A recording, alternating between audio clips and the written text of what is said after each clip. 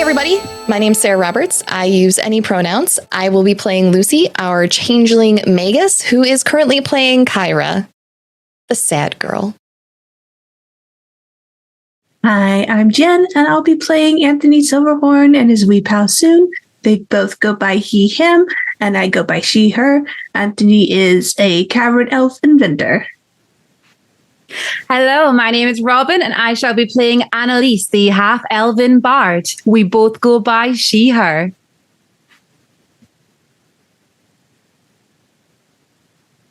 There we go. Hi, everybody. I'm RJ. Today I'm playing Titus. We both go by he, him. I'm just me. He's human ranger. Hi, everyone. My name's Satan. I'll be your GM for the day, and I go by she, they. Before we jump in, let's do a little recap of what happened last time. Last week, Anthony left Rasha and her child in the care of strangers, prompting the shop owner to return early. Lucy was promptly kicked out from her location at the shop as Rasha voiced her displeasure with the not so great planned out plans and that involved her and her child. And Lucy returned to the tavern across the street for the night. The party regrouped at the inn, and after a tense argument about following plans and following what they had set out about everyone's action, Annelisse does eventually spill her encounter with a strange entity below Xavier's cabin. Not long after, they all parted ways to attempt to rest for the night after a sudden downpour and a lightning storm came rolling through. As the storm passes overhead, Annelisse, as you sleep with your loot back in your possession, the carving of the heart still there with the initials, and you dream. Tell me, what's the last memory you have with Kalina? The night before Annelisse ended up here, she was drifting off asleep with Kalina in her arms, just tracing the shape of her face with her hair and feeling happy, probably true happiness for the first time in her life. The last time she would have seen her would have been watching her sleep, as Annelisse liked to get up early. She then got up, headed out, and then fate would have it that she ended up here. And that was the last time that she saw her, her last memory of her. That last memory comes to you in a dream. After all of these years, Kalina's face that you've traced in your mind so many times, there are details that seem to start blurring from the time that you spent apart. The low light of the candles flickering where you two lived.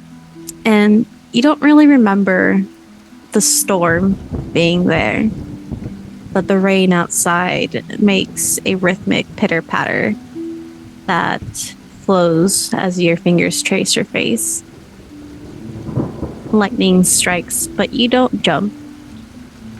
You're focused on Kalina, but in the window we see, for a moment in the flash of lightning, a figure that disappears as soon as they appear.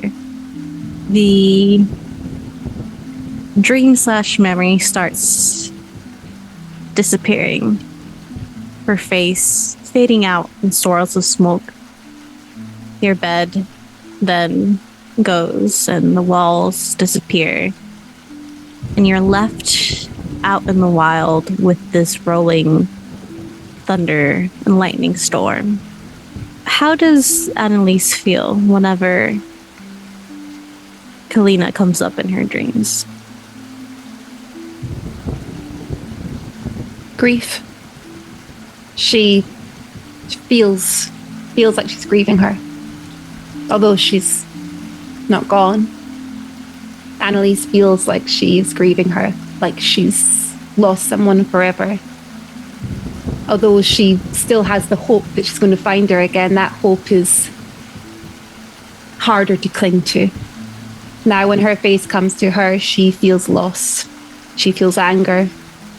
And she feels deep sadness. You sat in the rain with this anger and longing in your heart. The weather of your dream almost mimicking the storm inside of you. And again, we see this flashing of lightning and this figure larger than life appearing in the clouds for a second. You see this figure. There is that uncertainty that you fell down in the cabin basement. But there's also that temptation to relieve you of your grief.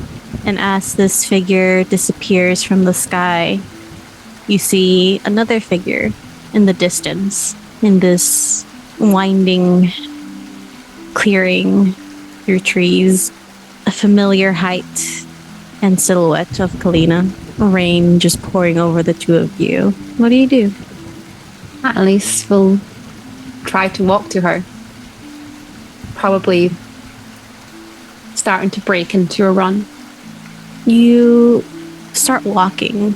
You can feel your shoes kick up with mud in this rain. And after a few steps, you go into a faster pace, then a jog, then a full sprint.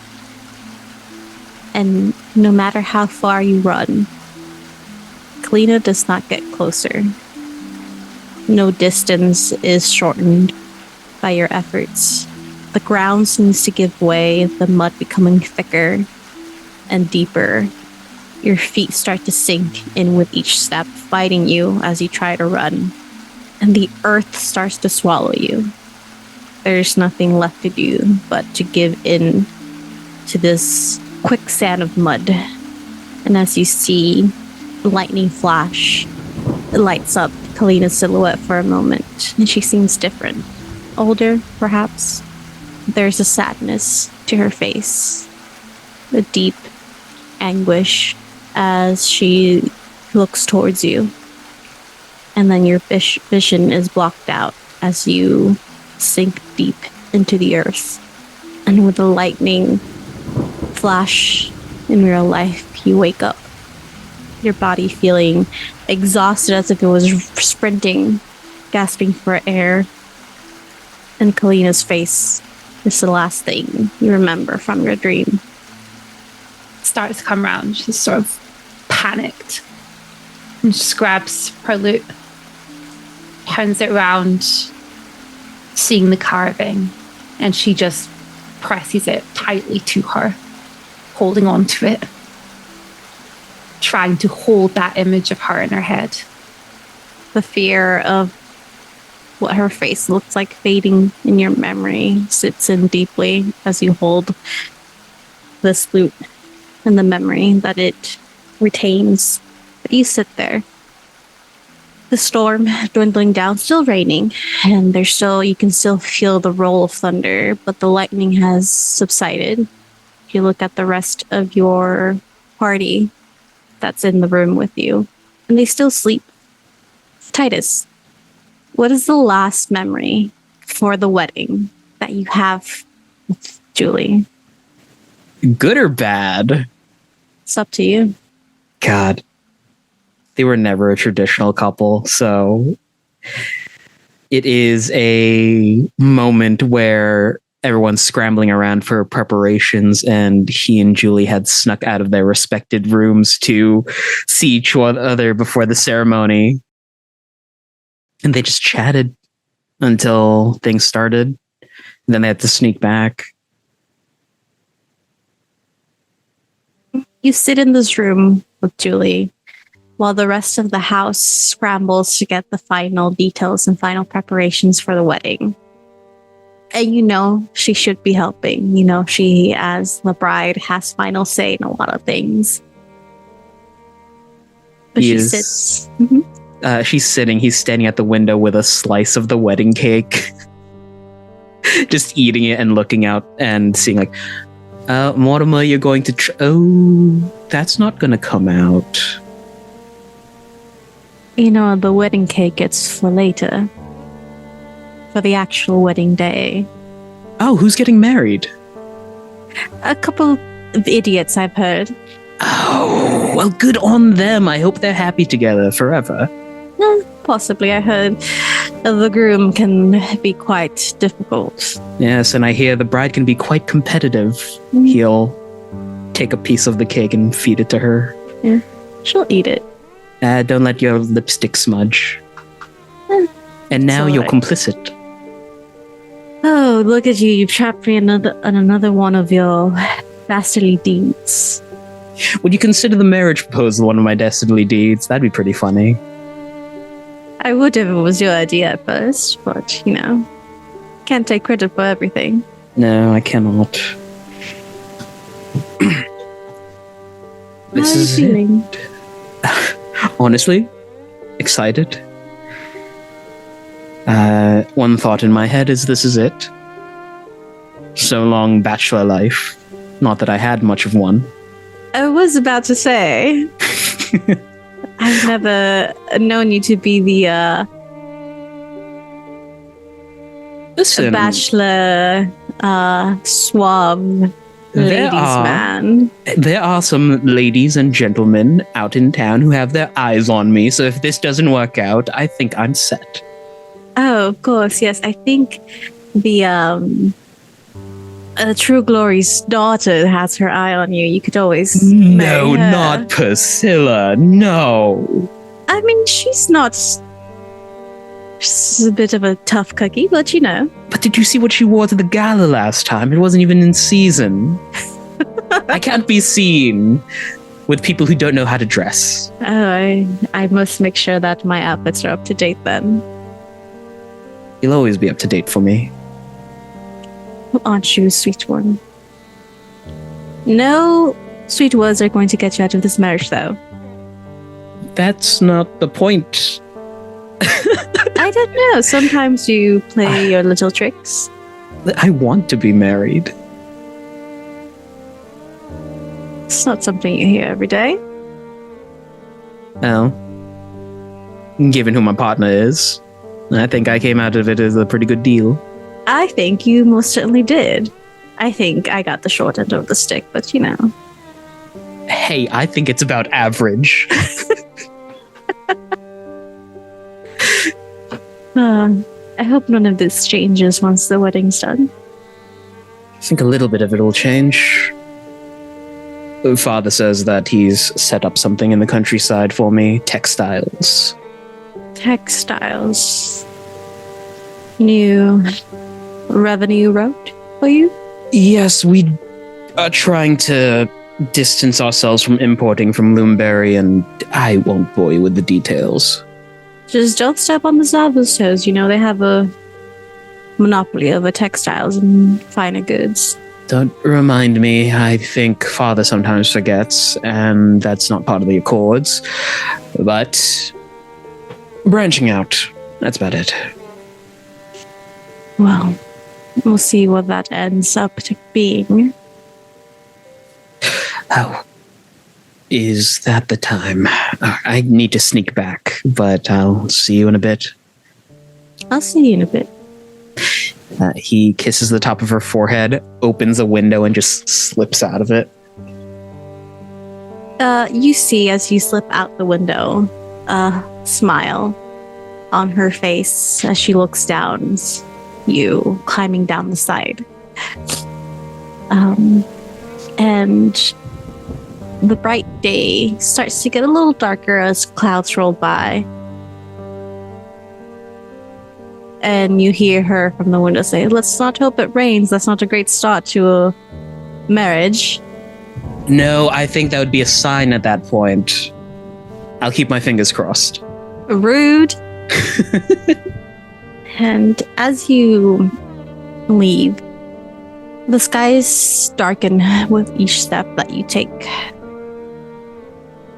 The once familiar paths of your home and the outsides of it are starting to look a little unfamiliar. And you hear metal clanking against metal in the distance. the more you move, the clearer the sounds of battle become.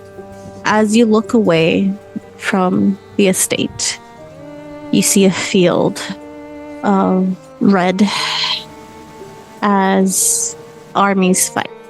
This red tinge to the sky. Within it, battle cries that shake the heavens. And you look behind you and the estate is no longer there. The sounds of battle become louder, clearer. In the distance, you see the silhouette of Julie watching this battle. A little too close, a little too focused. She turns and you see, much like the illusion, the vision near the lake, the silhouette darkened with this red glow blooming in behind them and deep rage in her eyes. Eventually, the scenes start to fade. There's nothing left but you and that silhouette of Julie that starts to smoke at the edge. The last thing left is the framing of her eyes, and that look that you've not seen in her before stays before darkness overtakes you. Eventually, a roll of thunder that shakes the inn wakes you. The sky still darkened. See Anthony still in the room. Annelisse with the loop clutched to her. Up to you, Annelisse, if you went back to sleep or not. She's probably still awake, but just kind of like clutching the loot over in her bed sort of thing. She'll hear Titus shift out of bed, put on his boots, and the door just slowly open. She'll kind of look over to him as he's going to the door. Could I say maybe her bed's quite close to the door so she can kind of like almost whisper? She'll kind of like whisper over and just be like, Titus, you okay? Doesn't look directly at her. Yeah, I just, Peal of Thunder woke me up and I just remembered I had to go use the bathroom. Oh, okay. Are you okay? Did you go to sleep? Yes, of course I did. You know, like, I have the elf thing. I don't always sleep quite as much, but I slept. It was wonderful. Full of beautiful dreams of bunnies and stuff, you know, usual. That sounds agonizing. The whole requiring less sleep than the rest of your companions, the bunnies, on the other hand, that sounds amazing. You like bunnies? I used to keep some. Oh. You don't strike me as the bunny keeping type. No. We had bunnies, dogs, horses, an ox. It's a big family, lots of pets. That sounds very picturesque. It was. Don't let me keep you up. Just going to take a small walk around. No worries. Stay safe. Out, door shuts, sighs. You can still hear the pattering of rain across the wooden ceiling. And you're more than welcome to take a walk around the tavern. A bit empty this in the wee hours of the night. You'll actually fall asleep at one of the tables. It's more comforting than in a bed, all things considered. Now, the rain does continue, though less, what's it, torrential? Torrential. Torrential than the night before. And the skies are still a bit dark, and it kind of muddles the time a bit. Is anyone purposely trying to wake up early, or are you just waking up as your body lets you? Lucy's body just wakes her up at the crack of dawn. Anthony's already been up for 4 hours. He's an elf. He's up. He's just like, I don't say anything. They won't notice. Those that wake up early, you still notice the darkened sky, but the rain has lit up a bit. For the time of day, a bit more ruckus down at the tavern. But you're able to wake up fully rested, even those that had the not so great dreams. I think Anthony gets breakfast for everybody and kind of places the first plate by Titus, pulls a cloak over him, kind of pats his head, and goes up to Annelisse, sets the plate down, and then goes up to Lucy's room and kind of sets the plate next to the vase of flowers that he set out earlier, looks at his own plate, takes off the bacon, puts the extra bacon on hers, and goes back down to sit beside Titus.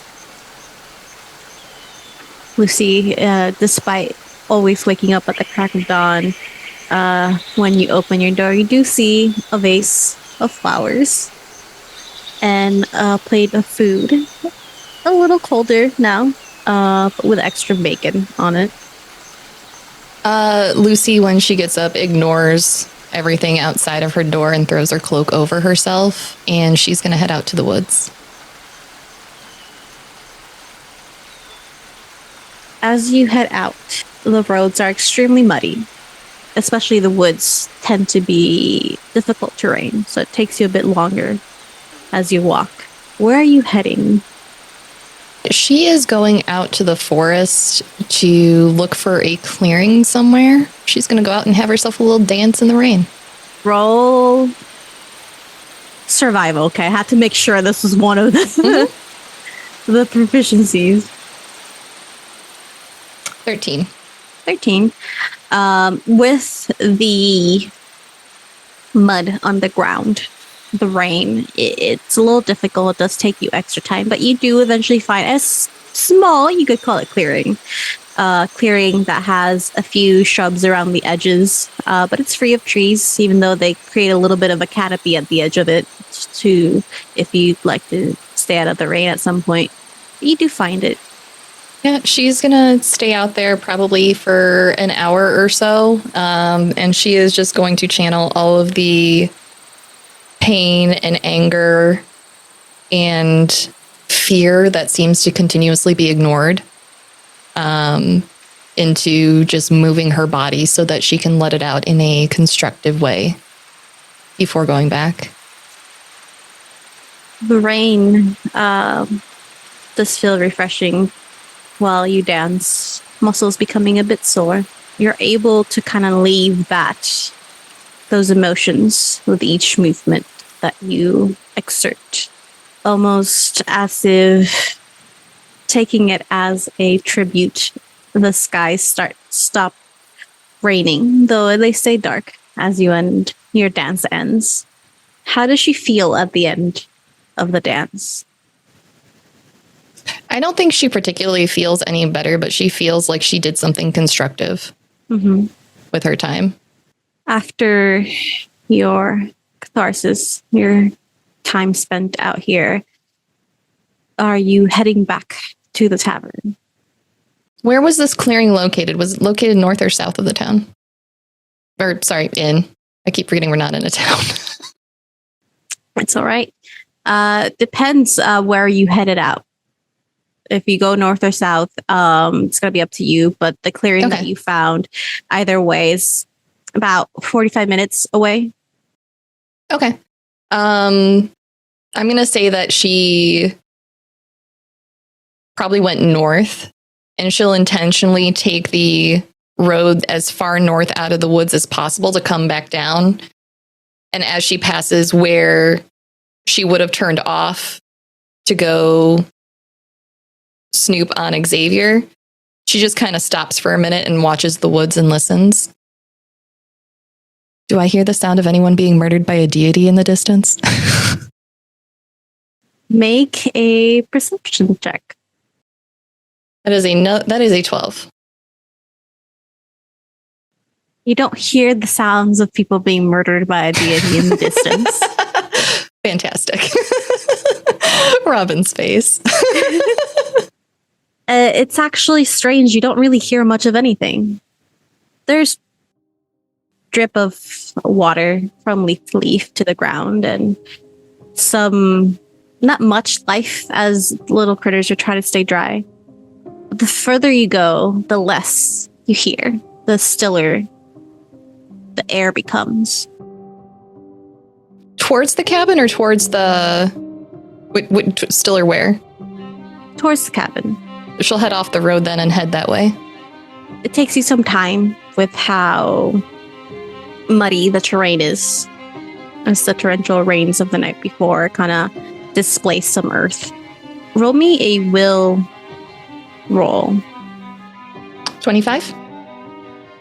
Despite the muddy ground, you remember the path back, and you're able to trace it in your mind from where you are. And there are times where your gaze starts to drift and your body starts to drift to a different path, but you're able to correct yourself. As you lead up to where the cabin is, there is nothing. There's no cabin. There's a clearing with a black stain over where the building was. Can she look for any, arcane evidence of what happened here, or... You can roll me Arcana or Occultism. They'll give you different results. I'll go for Arcana. God, that was almost a 1. That's a 9. That was almost a natural 20. A 9.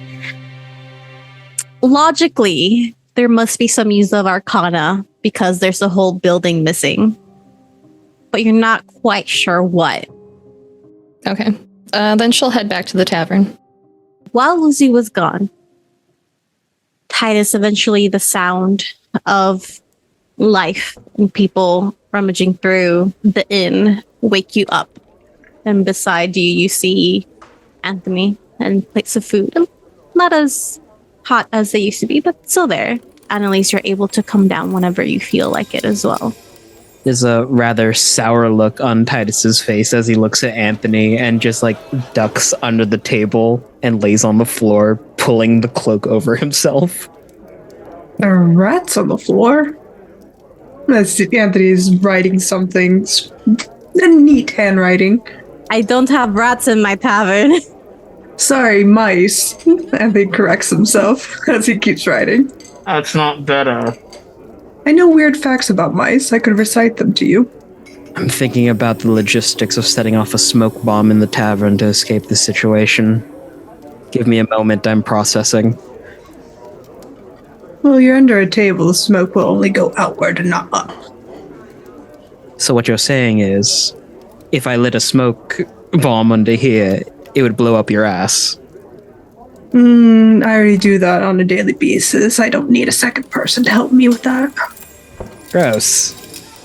He just smiles as he keeps writing. There's a hand that reaches over the tabletop and pats some bacon, pulls it off the plate and back under. Annelisse will come down at this point, just catch the tail end of that and just be like, well, this is definitely interesting breakfast conversation. I do approve. And she's eating the bacon off the plate. This is fairly mild and normal conversation for us, actually. I'm hungover. I'm not. Must be nice. It is. I'm a young elf with a quick metabolism and a penchant for smoky butts. I'm a human in the midlife crises. You're younger than me.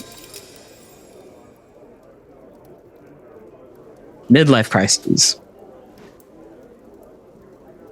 He'll Still younger than me. excrete himself from the bottom of the table and just start munching on food.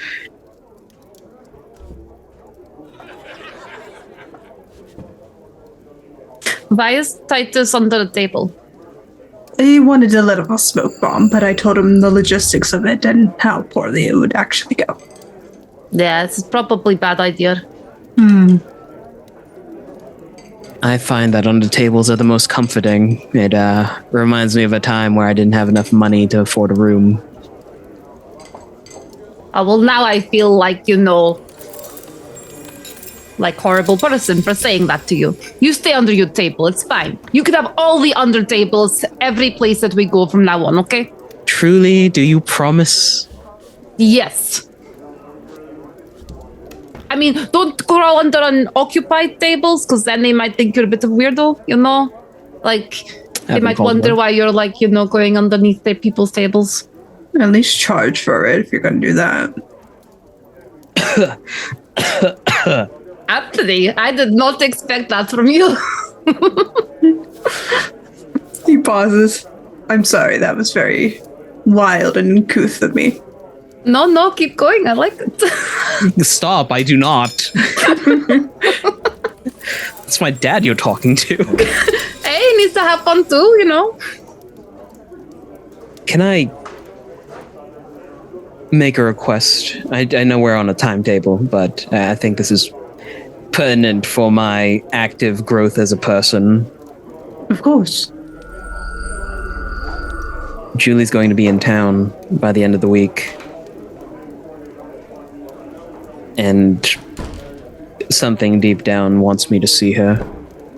Or needs me to see her. Anthony sets down his writing pad, sets the quill down, and pushes the ink away from him. Okay. I don't know, I'm just... Past couple of days I've been... off. More so than actually coming back after 8 years.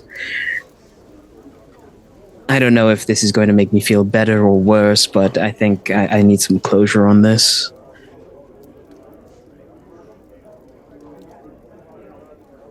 Okay.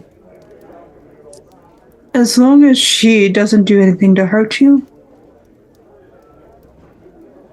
whatever you need. Thank you. Picks up his writing pad and continues writing.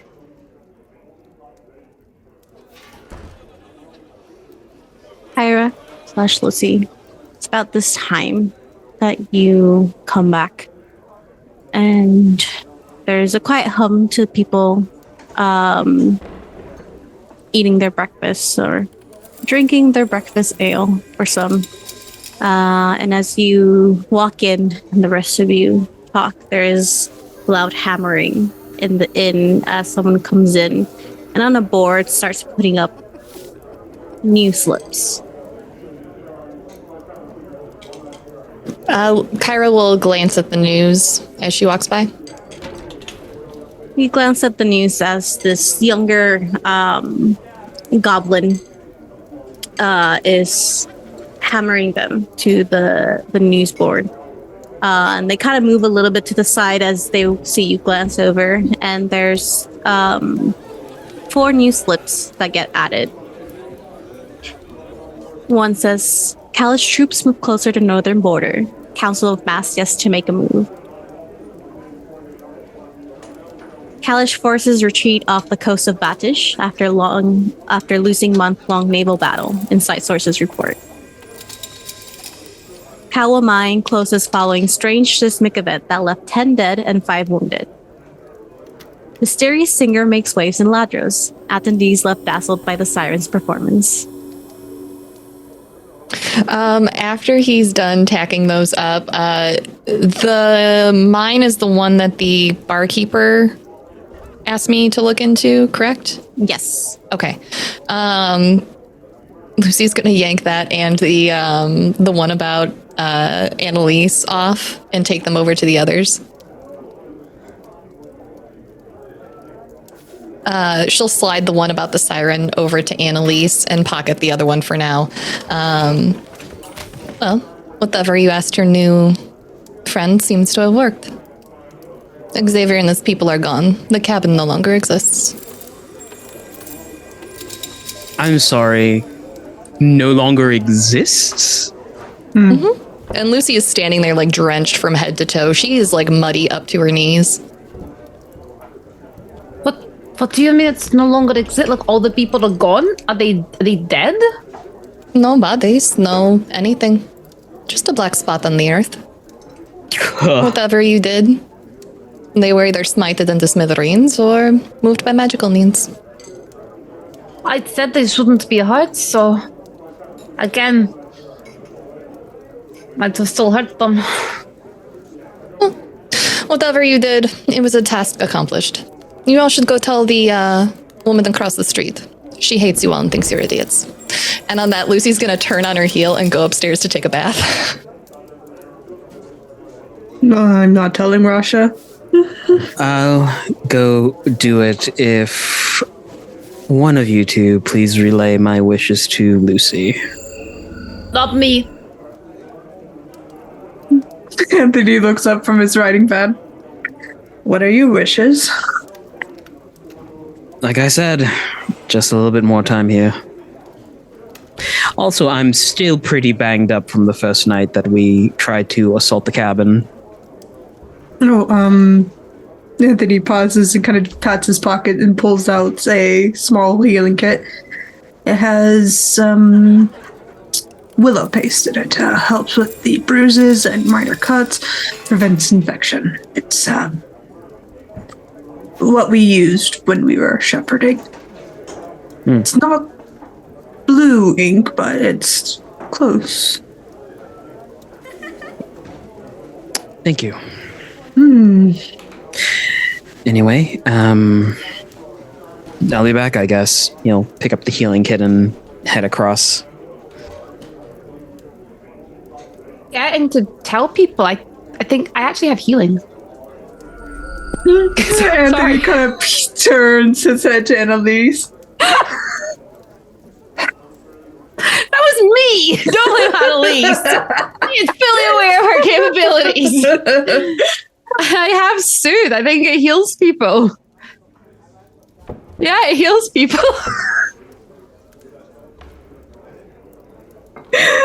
Annelisse just gets this boring look from Anthony at one point. I thought I did not realize how hard to it. You should have said that. Well, actually, in my defense, now I can heal people because I have my loot. I could not heal before. Ignore the voice in the sky that might suggest otherwise. I could not heal before.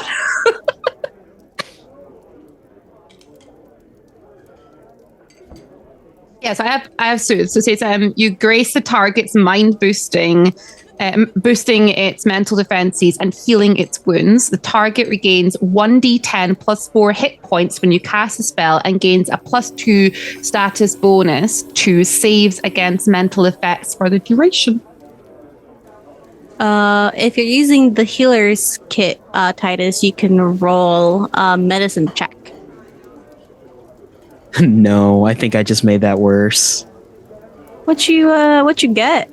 A 4. Okay. Yeah. Wait, I have a hero point. Yeah? No, I might need that. Save Okay. wasting the Please hero use the hero point. But to save wasting it, can Annelisse see him trying to heal himself and patch himself up? If you follow him, then yeah. He's like, We say that she did see him? What do you think, Titus? sure. It depends, Titus. Do you want to re-roll or are you keeping that? I'm going to keep it for something important. Okay. I need you to roll me a D8. Okay, that's not bad. How much was it? 2. Okay, you take 2 damage as you apply the wrong things, and it stings. And at least you see him fumbling with this healer's kit. Definitely pouring the wrong salves and bombs. And you see wherever he had wounds is now a little bit more irritated. That was not...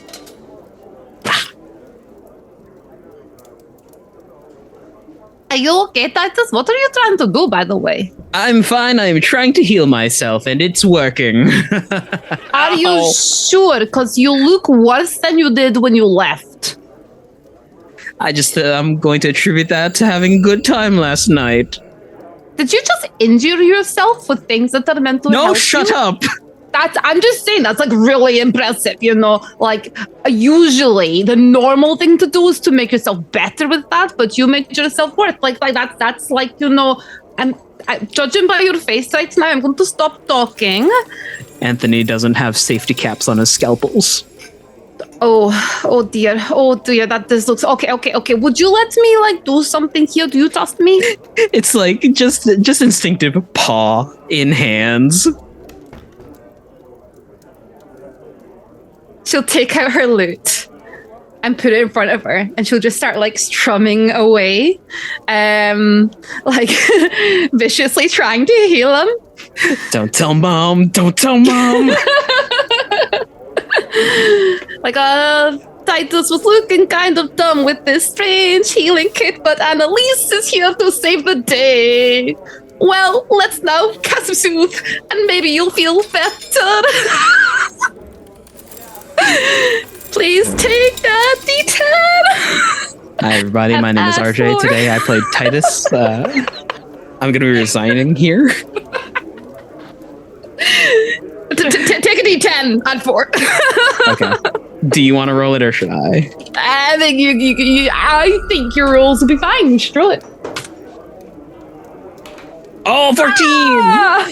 Heck yeah! Oh. Huh. I actually feel better. Oh, you do? Like, honestly, like, usually Like- people do feel better on me. Like, honestly, I had my expectations low, but this is very surprising. Ah. You might also feel that, like, you know, your mind feels even more stronger as well at the minute, you know. There is a thought bubble that appears above Titus's head, and it's soon with two symbols clacking them together over and over again. Yes, yeah, my mind does feel sharp. Oh, okay, you enjoy yourself. I'm going to head off. I will let you go and continue with your task. I love Thank my you. boots. Lucy, as you take your bath, eventually there is a quick knock on the door and a note slipped underneath. Okay, she'll go get it. She and Peanut both have little towels wrapped on their head. He got a bath too. He was muddy. He was all mud when they came in. He was no longer galaxy color. He was a brown dog. Well, he's currently dyed brown, but he was browner than, He than the was hair dye. chunky mud. Yeah. Okay. He thought he smelled great. You do get a note. It is sealed, folded and sealed with a wax seal that has an eye on it. She'll open it. In it, you see a quick hand script, and it reads, "Lovely Elle, it's been some time since I thought about our dance all those years ago, though it brings me a much-needed warmth to these troubling nights. It seems like these days it's getting harder and harder to reach people. While I was able to talk briefly with my friend, communication across the sea has dwindled with so much happening in the world, but every so often I hear from them. With all the chaos, you should try to relax as I've had. There's a beautiful seaside village out west that I think you'll enjoy. You might hit the bullseye you wanted there, and while the twilight is far, maybe we can dance again over a seaside sunset. Yours, Ren." Do I know what seaside village he would be talking about? There is a coastal village out west that's called Sunset Point. Okay. Lucy will get dressed in some clean clothes and go back down to look for the others. And come down. Titus and Annelisse are away for a bit. There is Anthony. And the place is getting a bit full as the day is still a bit dreary. But you see people breaking up in groups, some playing some games. And there is a And you do hear Darla announce that she has restocked a few things, just to the tavern in general. Should anyone want to look at what she's selling, but you're able to come down. She's gonna go over to Anthony. Where is everyone else? Delivering news, I suppose. We will be staying another week here. Why? Titus needs to resolve some things. Of course he does. I have a lead on where Bullseye may be. Rem too, so they might be able to get us a ship. Well done. Lucy will open the map and lay it out for Anthony. He kind of makes a sound as he kind of pulls his papers back up towards his chest. Okay. I mean, she'll put it on a spot on the he's table. just being a fussy old man. She'll lay it out and point to Sunset Point. This is where we need to get to. And this here, she'll take out the notice about the mine. The bartender here asked me to look into it. I think where was that at? It's down south. Which one was it? She told me where it was. I don't remember off the top of my head. If you go down south, there is Kawa, the city, and then a little west of it, there's Kawa Mining Town. There's this, if you want to look into it. Rem got my message, though, so we don't have to.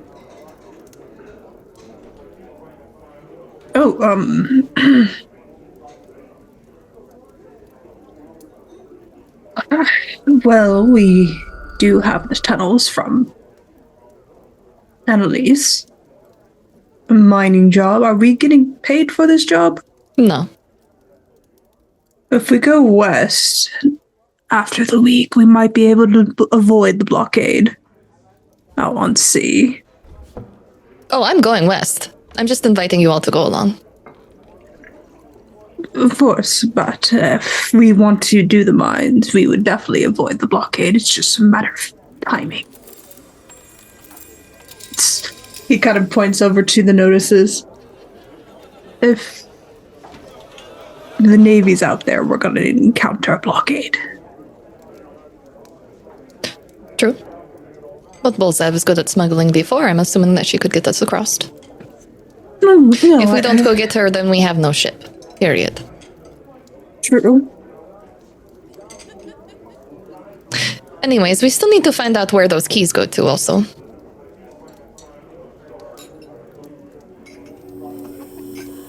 Yes. Were the keys that we were given, were those part of this tunnel system that Annelisse has been talking about, or is that something differently entirely? Because we've just kind of abandoned that in that quest line.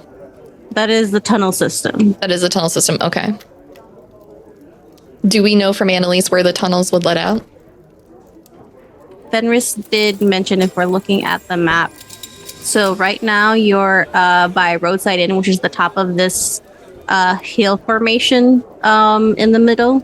And he pointed that the entryway should be somewhere north of that hill formation and leads down and out to the west. And he pointed near Kestrel. Then Lucy would say to Anthony, well, I say we deal with whatever's in the tunnels and then we just keep heading west. Sounds like a good plan. He's had word from... She'll look around. Home. I want to know what it is. Let's head west then. After this week is up and Titus sorts what he needs to sort out. Fine. I'll try not to burn the place down in my boredom. Have you had breakfast? No, I don't eat breakfast. That's a lie, but okay. I don't. I normally don't eat until 11 o'clock. All my missing bacon says otherwise. Peanut has to eat. Peanut's I'll also... be in my room. He kind of just watches her and kind of leans back for a bit. Okay. Titus. You're going across the street. Yep. You're able to go across the street despite the roads being muddy and not getting too much traffic at the moment, the general store is still open and the place is empty. There's no newcomers coming in. But you see Rasha reading a book at the counter at the back end of the general store.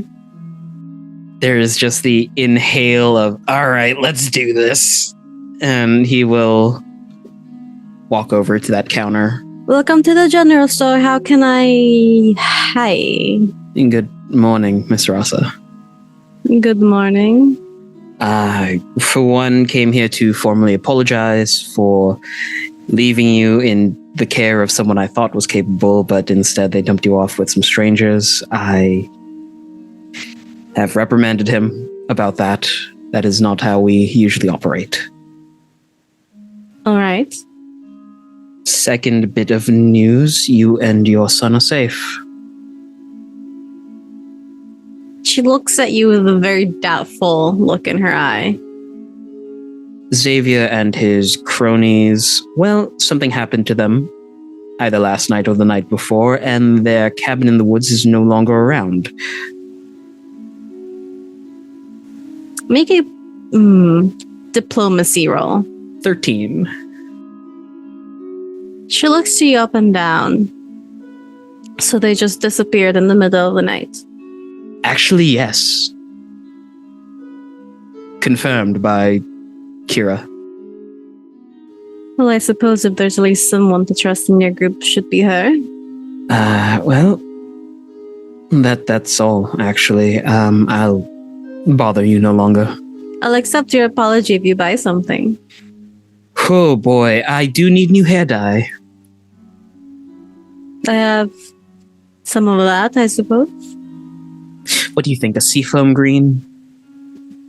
That would clash horribly with your skin tone. Excellent. He'll step into the aisle. He will purchase these items, thank her, and just excuse himself.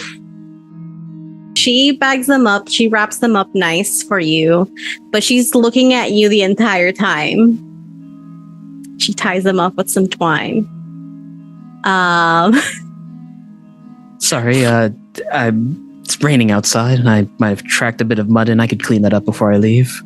I'm sure you can. There's a mop over there, and she'll point to the corner of the store. Yes, miss. But as you clean up, she's like, oh, actually, there's some that you missed over there, and it's not mud, it's just general dirt.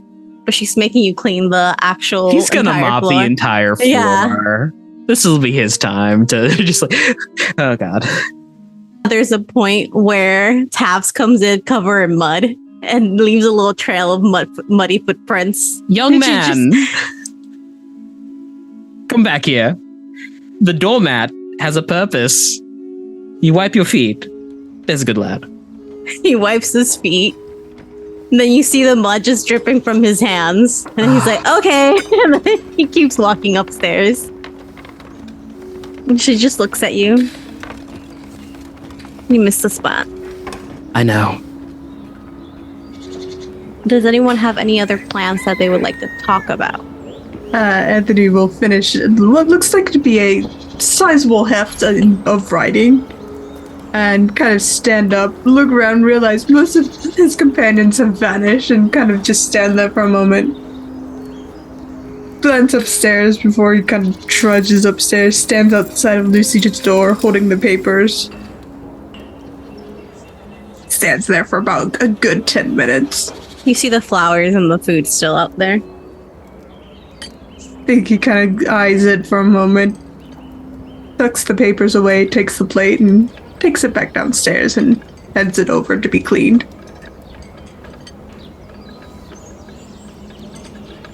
And then he'll just kind of shovel back up to his room, put his papers on a desk that's in the room, and he'll just eyeballs them, not really satisfied what he's looking at. He'll kind of reach back into his mind towards the nameless goddess and this mysterious spooky man that he's been talking to. Just for a brief comfort before he kind of turns the papers over, ignores them. Some comfort. Cold and warmth. That kind of intermingle in your mind. But they are ever present there as you continue your writing in your papers.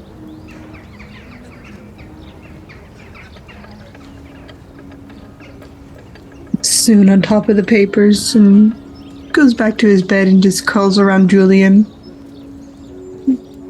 There's like a hum that kind of vibrates through your chest as you hold Julian. It's comforting. It reminds you of your times in the shop when you would bring things to life. And it's that kind of rumble of a start, though it's kind of constant with Julian now. Yeah, he's just trying to push back his own personal slump. And just stays in bed. What is a memory that you treasure from your time in your workshop back at home, back in Moonberry? I think there was a memory when he was human, when he was younger. Probably early 20s before he kind of shifted out to war, and he's just this young roguish man with black hair, handsome features, and he's just happily creating something. It's not soon, it's not that gift, it's just something simple. It's a little clockwork music box that he's going to make for Mickelson because he knows he's getting married soon, and it's a wedding gift. And he's just working away on it. It's a Lumberian lullaby, something that he figured like Mickelson would treasure, especially if he has kids in the future. And it's just a nice, simple, beautiful clockwork music box, and has this almost shell inlay that he gathered shells from the river, and he polished and worked and made them kind of really nice. It has a brass kind of lining on it, something that he could work with well, and the wood is of a popular tree that is all around the mountains, and it has the blue-eyed lady flowers kind of in all four corners, and in the middle it's the city with a river kind of inlaid across it with these shells patterns. You see that in your mind's eye, and you finish your work of this beautiful river shell inlaid box, one of your finer works, and you turn the key, test it, and that thrum of life, that rumble of the gears working kind of vibrate through your hand, and we move from that memory to the rumble, that hum that Julian emits in your chest. It's a small comfort in these trying times.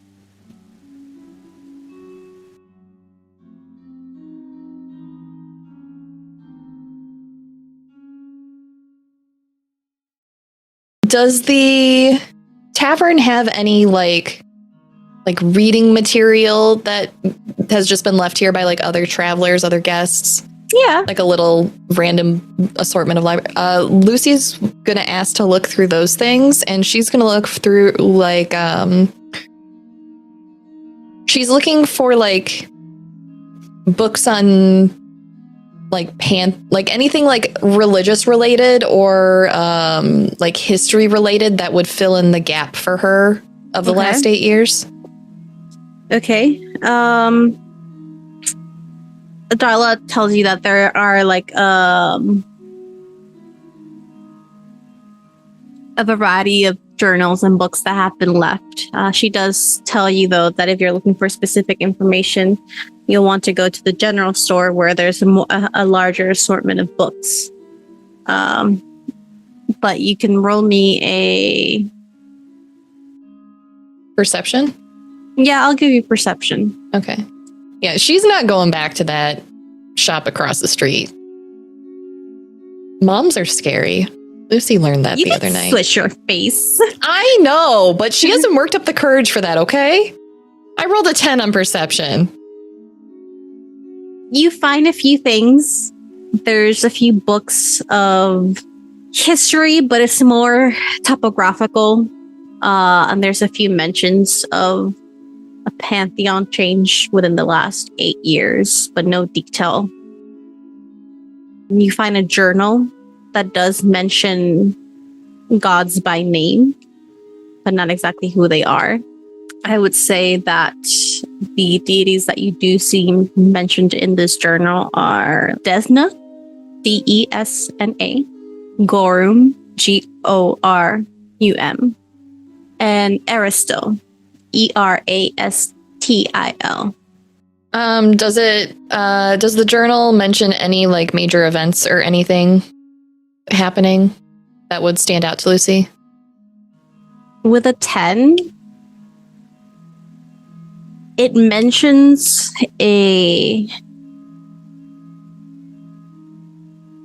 you're not sure if to take this by face value because it is a journal and personal opinion, but it does mention the war breaking out within the last 5 years between Kalish and Aloria, and how commerce has been halted between the two countries. It mentions before then, about 8 years ago, the rise of the new Kalish Empire and the displacement of various families.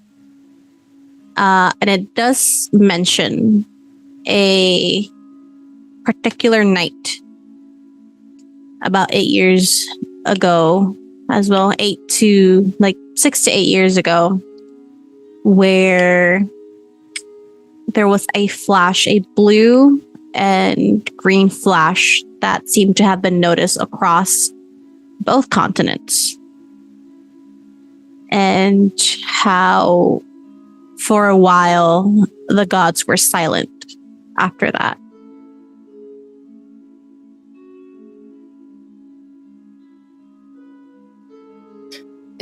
Would that line up with the time when we were in the Underdark, or is that after? 8 years ago was when you were in the Underdark. So the flash happened after. Okay, that's what I meant then. your flash, yeah. After your misplacement in time. Okay.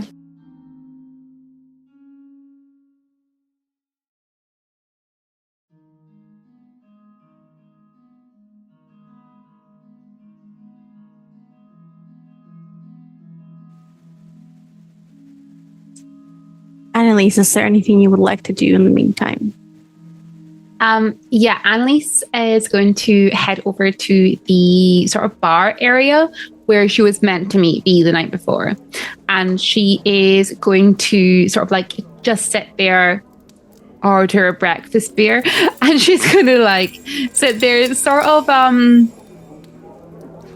she isn't too sure how she feels at the moment. She's a bit, feels, guilt with Bee because she doesn't know what's happened to her, and she's kind of regretting not just going after her when she did disappear off. So she's kind of like sitting there just drowning her sorrows. Okay.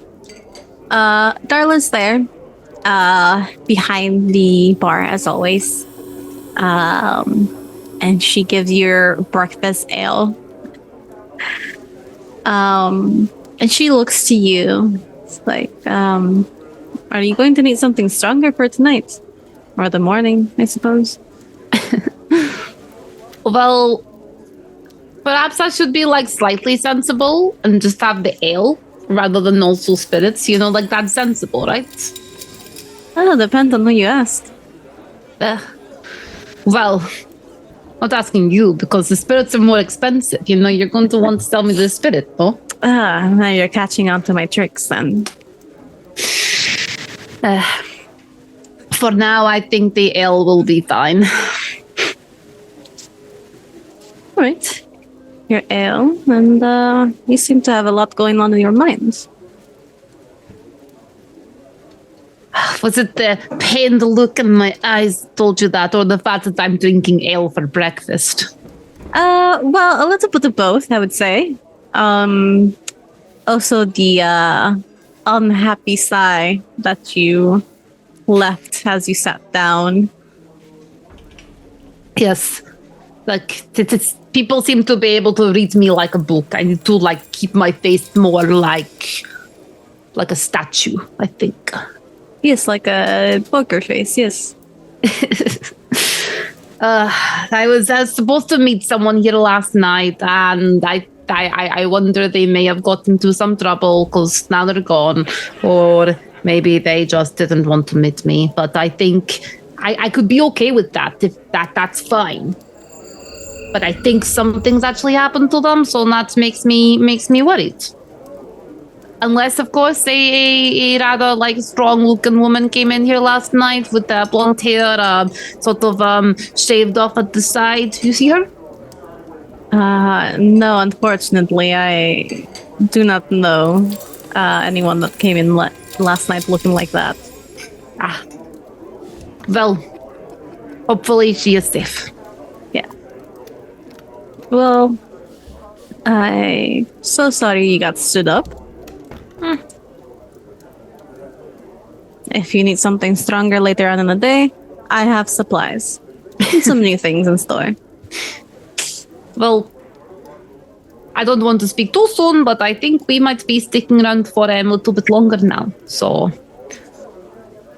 I will most likely be needing something stronger later. Well, you know where to find me. Whether you want something strong, and she'll point to the alcohol behind her, or something strong, and she flexes her arm at you. Look, I just got stood up, and you're going to already start with this because you know it's working very well, very effectively. I'm going to put this down now. I know my charm, little red. It is very good charm. Well, tell you what, I'll be around tonight. And she kind of looks around the tavern. Does it get much busy here tonight, you think? With the construction workers coming in, yes, it's going to be a very busy night.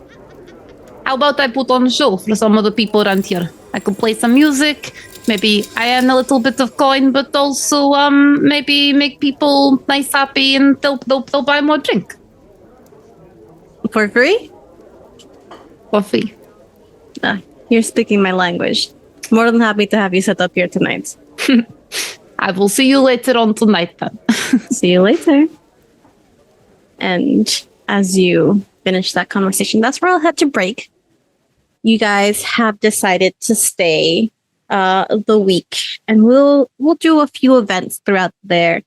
So as the weeks roll by, the tavern starts getting more packed as the construction workers seem to prefer the only drinking area, obviously, here at night. So you have a good audience for your songs, Annelisse, and we'll roll how much you make in a bit. Eventually, throughout the next week, games start happening during the tavern. You see a lot of people gambling. And as the energy ramps up, even Darla has brought back a drinking challenge that has been off the table for a while. If anyone asks her of that, she sheepishly says the danger levels are a bit high for this one. But as the days and nights pass by, are you busking here every night, Annelisse? Yeah, she probably is. She likes a little bit of a routine. That way she's got some kind of routine there that she knows she's busking at a certain time. For sure. You can definitely do that. Now, for the first night, roll me a performance check, please. If you give me a description of your performance, I will give you an advantage going forward. Her performances are mainly her singing and her playing her lute, though the siren has awoken something within her. The performance that she did as siren, she's sort of taken a little bit of inspiration from that. She's adding a lot more movement in her performances, sort of trying to captivate certain audience members each night, while allowing using some of her abilities to allow lights to follow her around, make it look really magical and whimsical. And she's an audience participation type of bard. She has a lot of people coming up, dancing with her, singing with her, and everything, trying to keep the buzz high. Mm-hmm. You can definitely do that. The construction workers specifically very much love it. Darla's very happy for you to keep the bar entertained. So I'm going to need you to roll me a D100. That's a 62. 62. So for that first night, you do make 6 gold coins and 2 silver. As you become a bit of a staple this week, you are invited to participate in a lot of the bar games that have pop up. All of you are, should you wish. And as you'll come in and out, there's a particular night that everyone seems to be engaged in these games.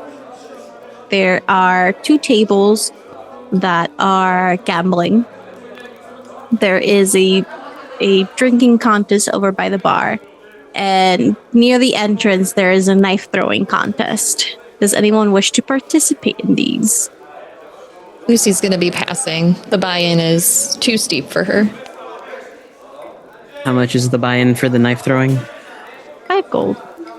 I'll give it a shot. Okay. You see, as you do the buying, you see there is a dwarf, a female dwarf, that you've noticed before. She is the owner of the smithy shop next door. She seems to be on a winning streak, but the buying is 5 gold, and for 5 gold you get 3 throws. She looks at you, it's like, you want to try your luck, Red? Me? Lucky? Never, but I will try it with some skill. Haha. I like that. Hopefully your skill is better than the other ones here. Let's have a go at it then. All right. Oh, regular knife throw? Yeah, she will hand you 3 knives. And the way this is going to go, you're going to roll a d20. Add your dexterity modifier for each one. And depending on your roll, it'll determine what ring of the target that you hit. Okay. So it'd just be D20 plus dexterity, not a weapon attack. Yes. 22 on the first. You hit the bullseye on the mark, and you get 10 points. So the outer ring from 1 to 10 is a miss, and you get 0 points. 10 to 4 is the outer ring, you should get 2 points. 14 to 18 is the middle ring, you get 5. 18 to 9, inner ring, 8 points. And 20 is a bullseye, and you get 10 points. She looks to you, it's like, oh, right off the bat. You've done this before, haven't you? Mostly small game hunting. Well, let's see if I can beat you. She gets a 18. She gets 8 points. It's like, okay, I see. And she will hand you a second knife. You underestimate the power of the sandbag. He's just going to chat casually with her, but then when it's his turn to throw the knife, it's just like the silent focus of, I gotta get this. 15 this time. 15. All right. You will be getting 5 points. So she has the same demeanor as you, where it's like all jokes and laugh as you're talking. But when you go to throw the knife, she gets a bit more concentrated look on her face. The unspoken rule that you're quiet when someone's throwing the knife. Yeah. There is a scrunch, like a frown on her face as her target completely misses and is stuck on the wall. And you hear Darla, "You're paying for those repairs." I must be so nervous after a pretty face like you. Well, in my experience, it's always the last one that counts, and he will flick the knife across the room. 21. 21, that's another 10 points. You're up to 25 points. She only has 8. RJ feels bad. Titus is going to rake in all the money. With a 2 on the die, she misses the third shot, and you win, and you get her the pot of 10 gold, including your 5. I'm going to stand here and buy this dwarf a drink and ask for her name. My name's Vistra. I own the lovely armor shop and smithy shop next to this lovely tavern. What is your name? Red'll do. Red. Well, Red, you seem pretty good at handling your weapons, and I mean no pun or innuendo for that, unless you wanted to mean that. There is a sip from the mug and an eyebrow raise like, oh, all right. Maybe I do want to mean it that way. But if you'd like to look at any of my wares, I got some special blades, if you'd like to ever look at them. Just blades on the table? I mean, I could also be on the table. Slow drink, puts it down, slides to the side. What are your business hours? Are you open tonight? For you? Very. Keep the drinks coming. Keep the drinks coming, amongst other things. The rest of you, are you partaking in imbibing and in any of the gambling games? Not so much the gambling games, but Anthony will participate in more flirtatious activities. He's cleaned himself up, tied up his hair, and made himself look really nice. And he's flirting with the head masons of the people who's building the new building this store. He's leading in, just kind of making flirtatious comments and talking up the craftsmanship and just gathering information that way and listening, nodding. I would say that it would be diplomacy, as society is more based on how the inner workings of a settlement or a town work, and you're trying to get information about suppliers and stuff from this person. Are you trained in diplomacy? Yeah. Okay. He's trained in both. 9. A 9. Okay. That is a failure. So as you're talking to this head mason, this half-orc gentleman, rough around the edges, really strong, he's already kind of slurring his speech a bit. His name, he tells you, is Estelle. Estell. Either he doesn't seem to remember or slurs a bit. He'll talk about how there's some mountains with special granite that marbles with a purple color, and I don't remember where they are at the moment. Somewhere fancy. You like stone? Anthony will kind of lean forward and pat his arm. It is the foundation of everyday life. That's what I keep saying. That's why I went into masonry. It is a very important skill in today's society, in every society. And honestly, we've been doing this for centuries and ages and eons. You should see the work that some of the people do back home. It is masterful. I just got my apprenticeship. I am amazing. Anthony will lean close and just kind of place a small kiss on his cheek and says, I bet you are, honey. Pat his hand and stand up. Where are you going? Where are you going? He'll kind of lean forward and say, getting us more drinks, darling. You do that. I'll be here. I bet you will be. Pats his cheek, kind of pulls himself away, and then kind of rolls his eyes as he goes to the bar. You go to the bar, and you see Estelle just kind of talking with his buddies, sometimes looking at you. But Darla's there busy handing out drinks. He's like, what can I get for you? Water for our kind of gestures towards Estelle and says, he needs it. I'll have some sent over to him. But what for you? Not drinking tonight? No, I know if I start drinking, I'll be a bad person. Sometimes being a bad person can be fun. True. He kind of rubs the spot where his ring is and just kind of shrugs. But not tonight. I do have for your friends, should you wish. Not you, since you're not drinking tonight, then I would definitely not have. She looks you up and down. You do it. But there is a drinking contest eventually later tonight.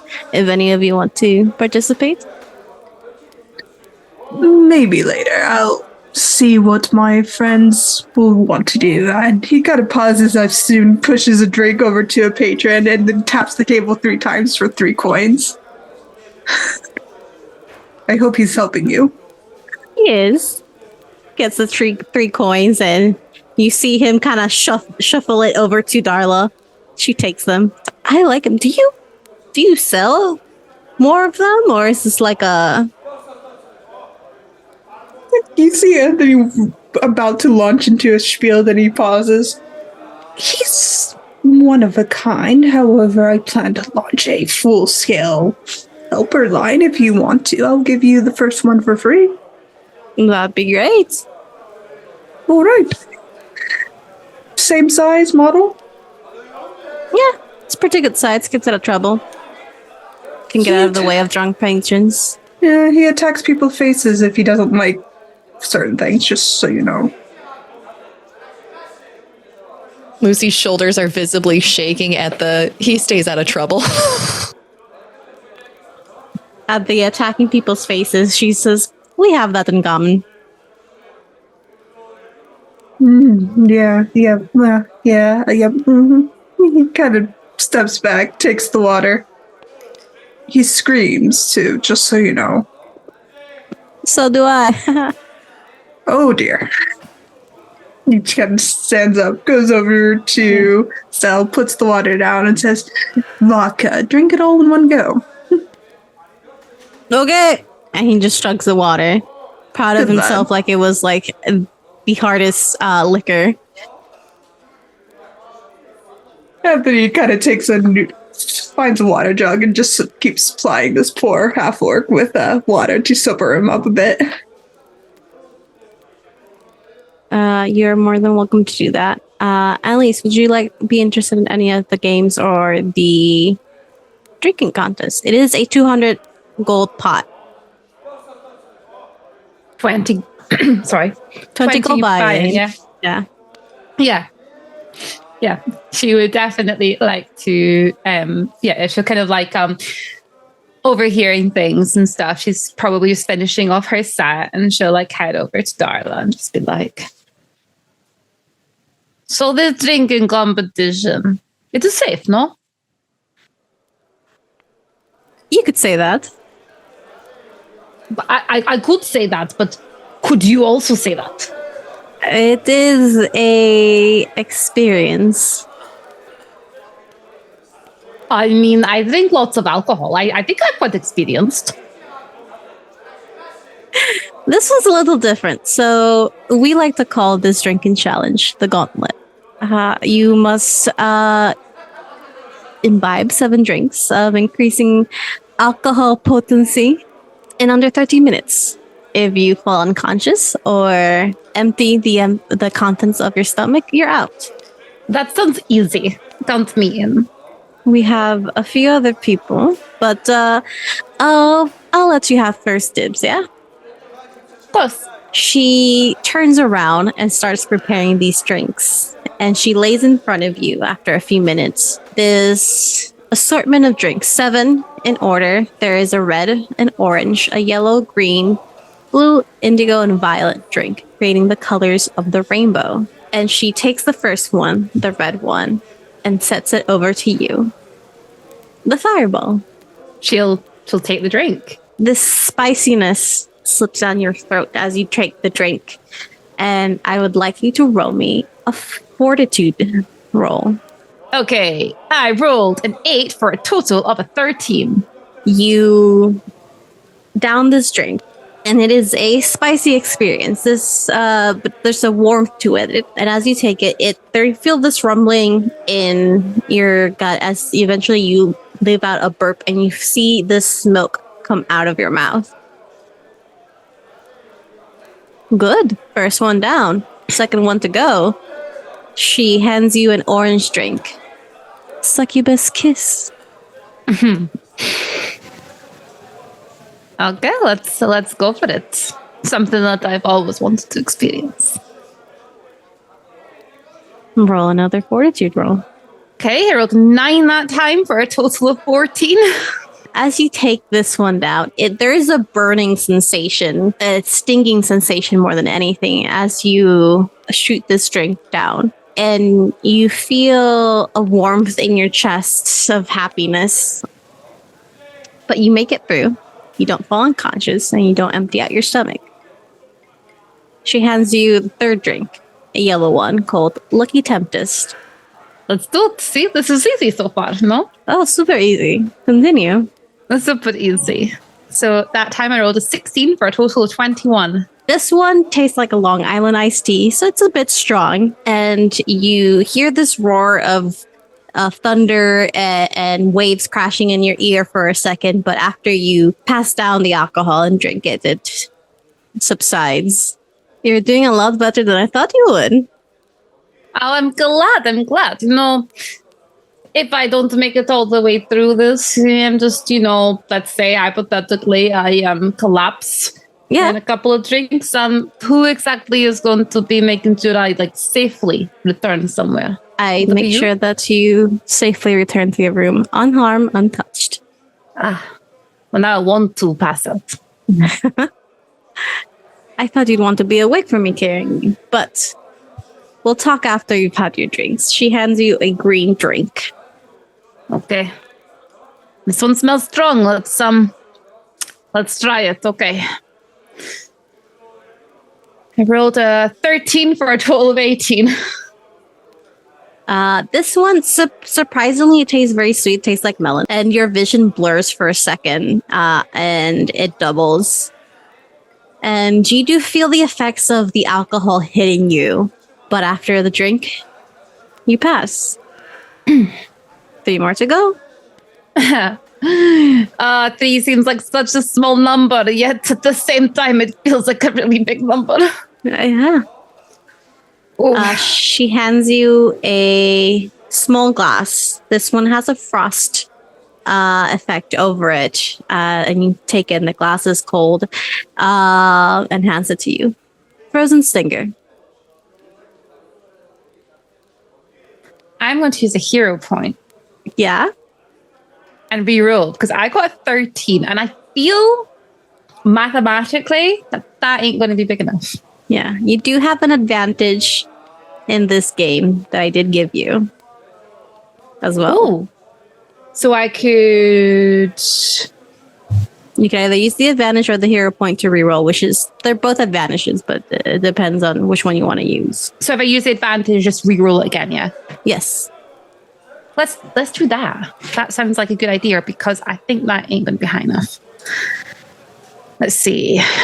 Please be higher. Okay, I rolled in that one.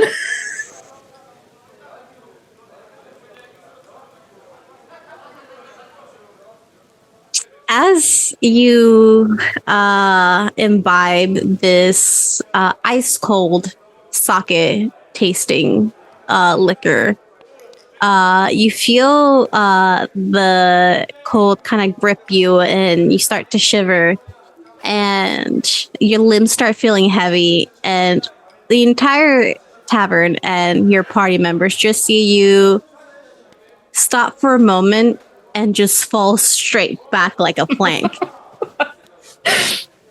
Yep. Sounds about right.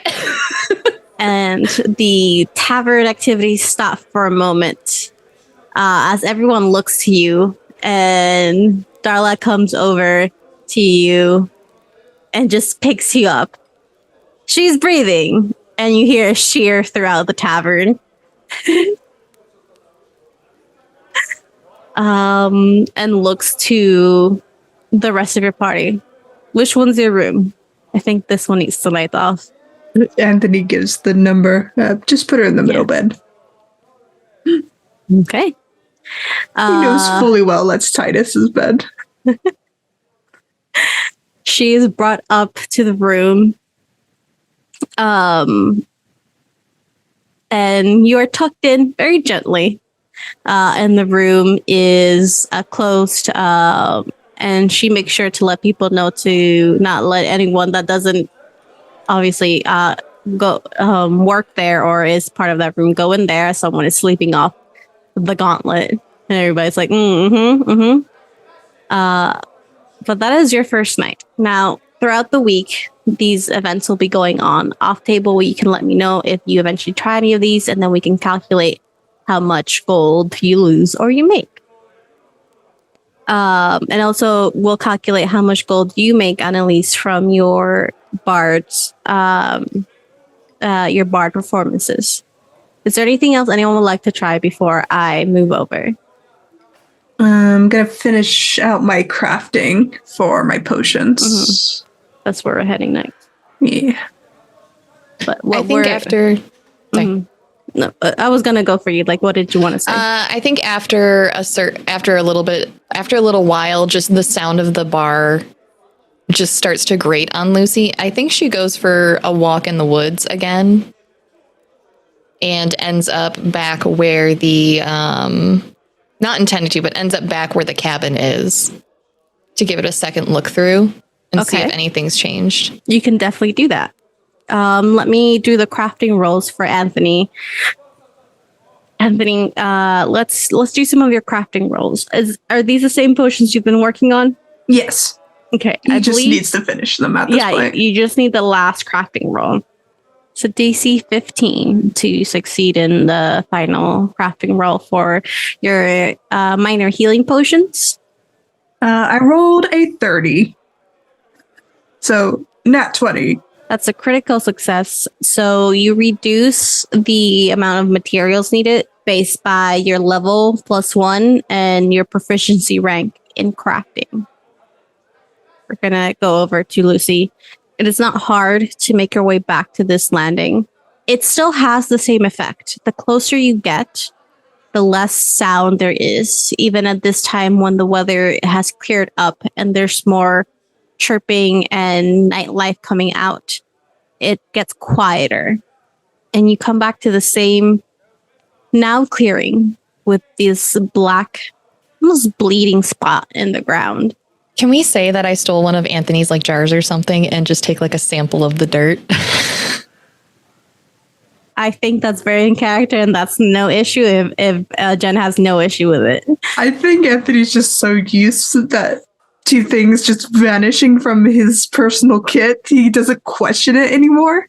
Just don't look too closely at how much black powder you have. It's fine. he stopped questioning that a long time ago. Yeah, she's going to take a sample of that and anything else that looks affected in the area to bring back to Anthony. And can I roll like Arcana to see if I pick up anything else? You can. As I mess with stuff. Okay. I'll have you roll Arcana and I'll have your perception as well. Okay. Let me do Arcana first.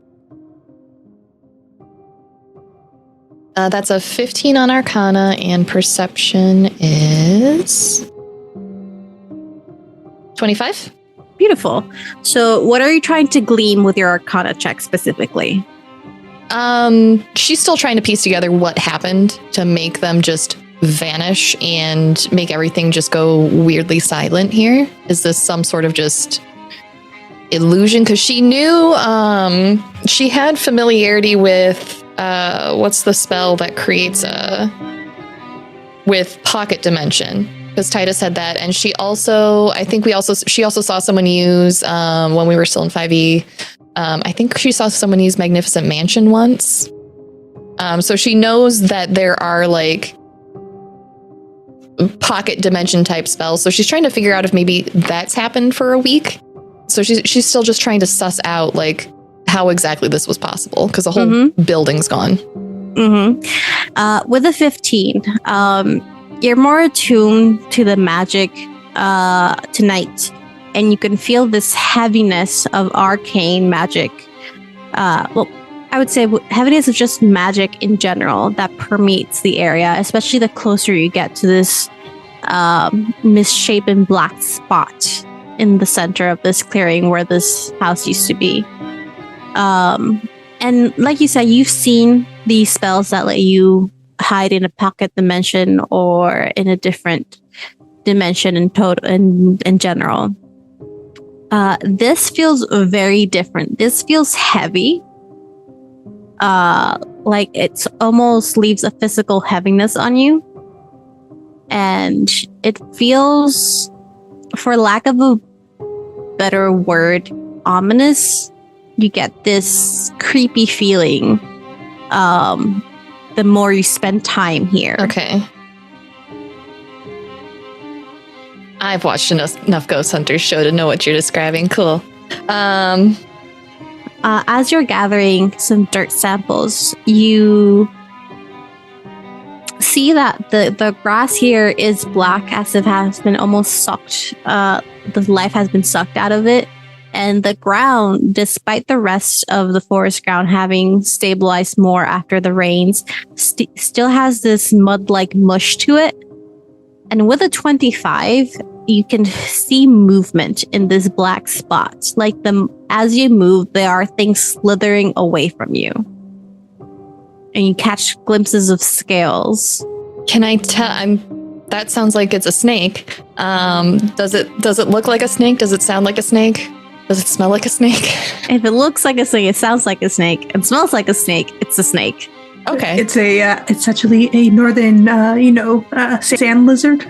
How many total do I see? This area is covered in them. Okay. And they move away as you step. What I'm trying to suss out is is there like a snake for every person that was previously here? There's more. Okay. Yeah. She'll take note of that and make a note to also bring Titus back here to see if he can identify what they are. I'm not even going to ask to see if she knows what it is. She just doesn't. And then I think she takes a small satchel out and puts a piece of paper inside. And on a tree that would face the cabin door, she affixes it to a branch where it would be in the line of sight of the cabin door should the cabin ever reappear. And she'll leave it there, hopefully waterproof. There's no Ziploc bag. Like, that's the best I got, is a leather satchel. That's fair. That's fair. It's got a flap over it. Listen, you can get wax leather, and that's a thing. That's water resistant. So we'll say it's that. But you're able to tack it onto the tree, no problem. Yeah, and the audience, like, as though they're reading over her shoulder as she writes it, just says on the piece of paper, "I waited for you, Kyra."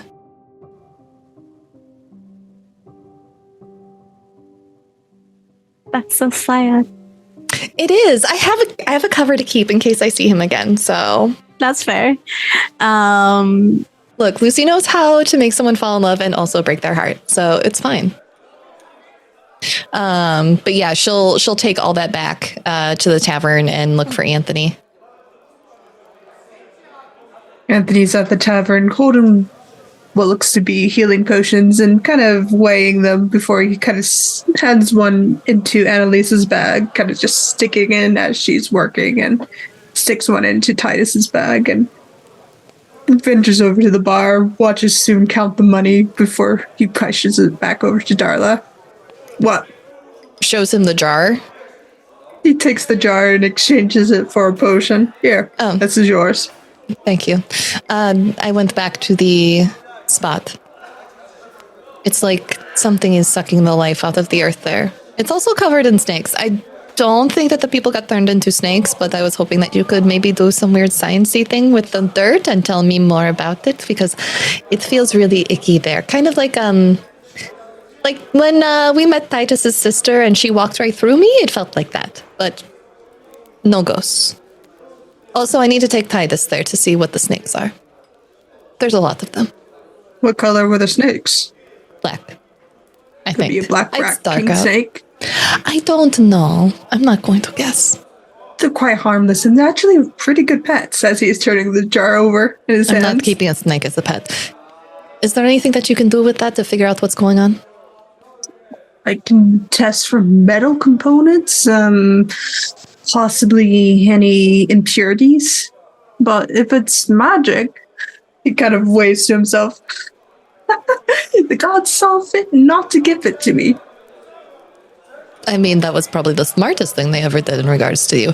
Can you ask your deity, first of all, what their name is, and second of all, what the hell that is? Can you just, I don't know, just go pray somewhere? Like, close your eyes and just, like, ask them? You know my goddess is a goddess of, kind of gestures to Julian and his papoose. I don't know anything about your deity. Well... Can you just contact them in the way you contact them?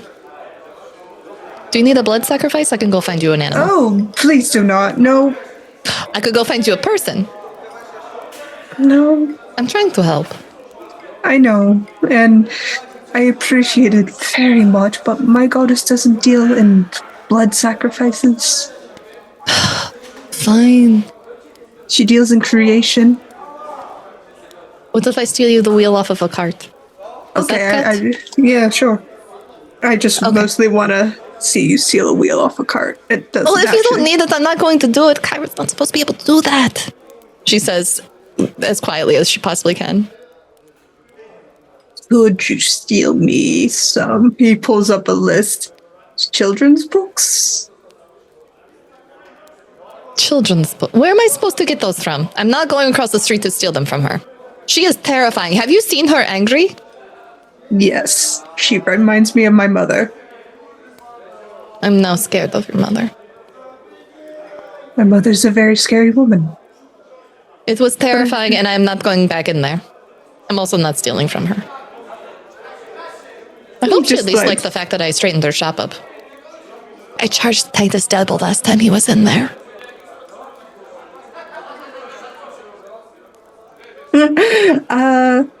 He takes the paper back. Maybe don't. Yeah, he folds it up. Oh, don't worry. I'm not going to tell him. I charged Annelisse triple for the hair dye.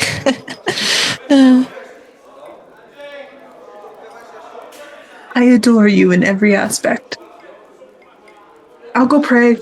Find out what's wrong. Yep. He goes. And hurry up. Do it fast. That's not how it works. That's not how any of this works. Make it work like that. Nope. It took 47 years to get to this point. What are you talking about? When we were in the waste, I asked Helm for help one time and he answered immediately. He turned. You pray to Helm. No, I didn't pray to Helm. You prayed to Helm. I talked to a statue. That wasn't a prayer. That's prayer to Helm. Okay, well, go pray to whatever you pray to. Which one? He kind of gets this crappy. The one that doesn't creep me out. Oh, so not the weird deity that glows in my chest. No, not that one. I don't like. Sure? I don't think that's a deity. I mean, the other one hasn't given me her blessing, or We'll do whatever you have to get her blessing. We only created a child together. I mean, that's pretty good. God, you're so gross. Get out of here. Go. Do your job. He laughs and goes to pray to his goddess to find out what this jar of dirt is. You can go pray to your goddess entity, should you wish. Yep, he's gonna go do it. He's gonna sit down in the room, make a small altar, and pray to his goddess. And yeah, that's it. Ask and commune. Okay. God, is there a mechanic in Pathfinder for this? You know what? I'm just gonna. We'll retcon if there is. Roll me a D100. 58. You're setting up this little altar. What does the altar have? Because he doesn't really know the symbology, he's just going with what he understands as the basics of what he saw through visions and understanding of what he currently has. So it has a gear, it has his symbol of divinity. And then he kind of places a candle to have a altar light. And then his book of creations, of mechanical creations that include Titus's arm, includes future plans for the automatons, like futuristic city plans of what he would want to bring into the world for this goddess. And he kind of places it as a small offering towards her. And he lights some incense in a bowl, make sure he doesn't burn down the place.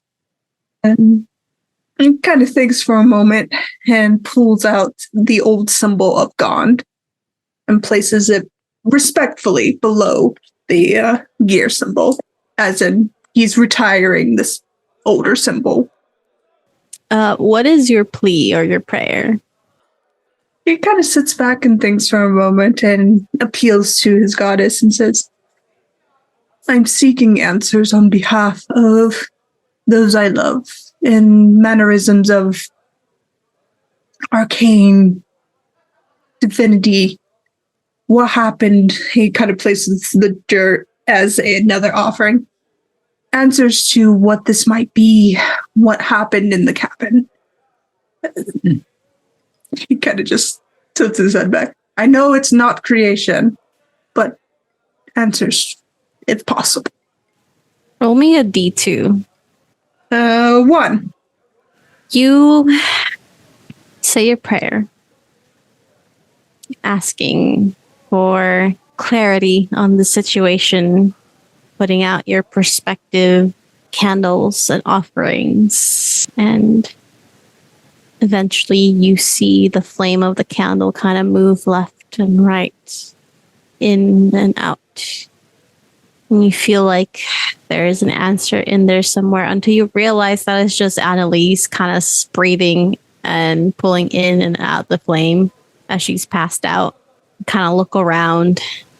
You don't feel any divinity near you. Roll me Arcana. 21.